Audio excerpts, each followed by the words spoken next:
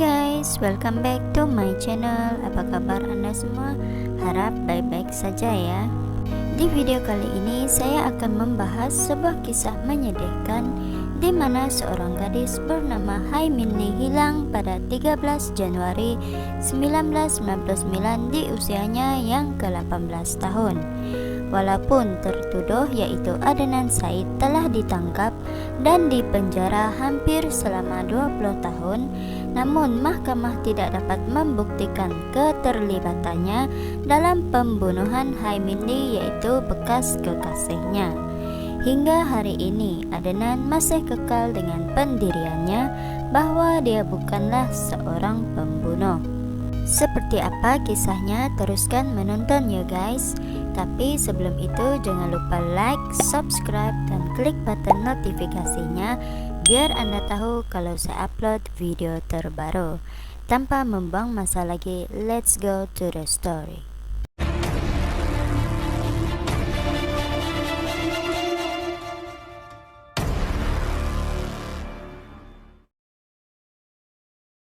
Hai Min Lee dilahirkan pada 15 Oktober 1980 di Korea Selatan, manakala Adnan Syed dilahirkan pada 21 Mei 1981 dan berketurunan Pakistan. Mereka mengikut keluarga masing-masing berhijrah ke Amerika Serikat.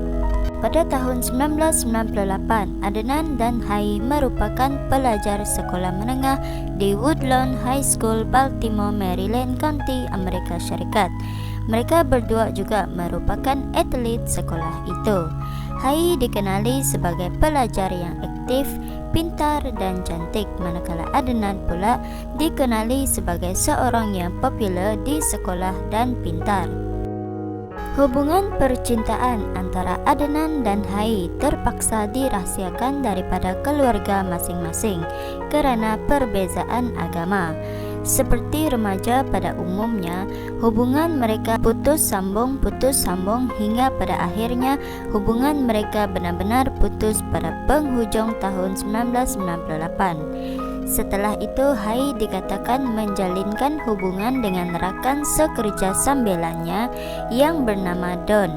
Meskipun sudah berpisah, Adnan dan Hai tetap berkawan seperti biasa.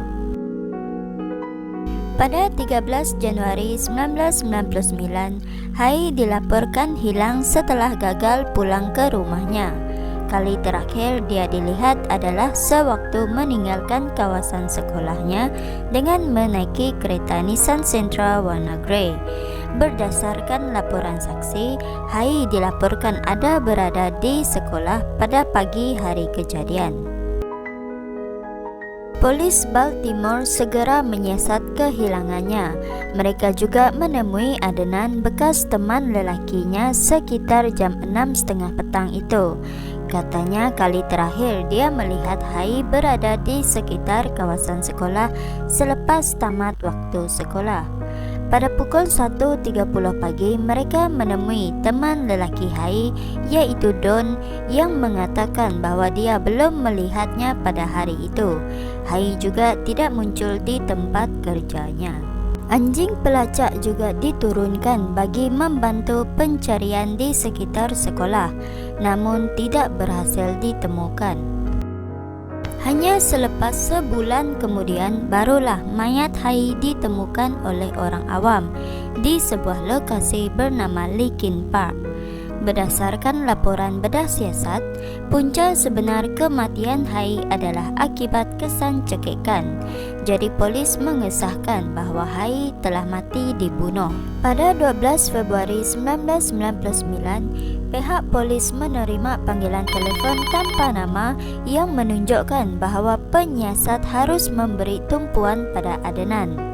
Pada 16 Februari, pihak polis memohon rekod telefon bimbit Adnan. Di antara orang-orang di log panggilan adalah J. Wills, yaitu rakan Adnan. Polis kemudian bertindak menyoal siasat J yang juga merupakan seorang pengedar dadah.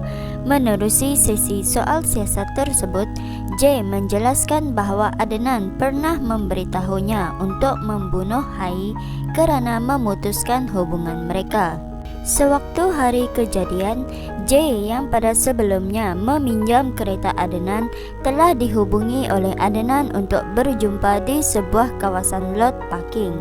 Di situ Adnan menunjukkan kepada J mayat Hai yang disimpan pada bahagian but kereta. Disebabkan Adnan mengugut J tentang aktiviti pengedaran dadah yang dijalankannya, maka J bersetuju membantu Adnan untuk menguburkan mayat Hai. Pihak polis benar-benar menemui kereta Hai di lokasi parking seperti yang diberitahukan oleh J. Berdasarkan keterangan J inilah yang menyebabkan Adnan telah ditahan oleh pihak polis kerana disyaki membunuh Hai. Perkara ini menjadi pertikaian kerana versi J yang tidak konsisten serta tiada bukti untuk mendukung ceritanya itu. Seperkara lagi yang perlu diketahui dalam kes ini adalah tiada sebarang bukti fizikal seperti DNA atau cap jari milik Adnan yang ditemui pada mayat Hai dan lokasi kejadian. Adnan ditangkap pada 28 Februari 1999 dan didakwa melakukan pembunuhan peringkat pertama.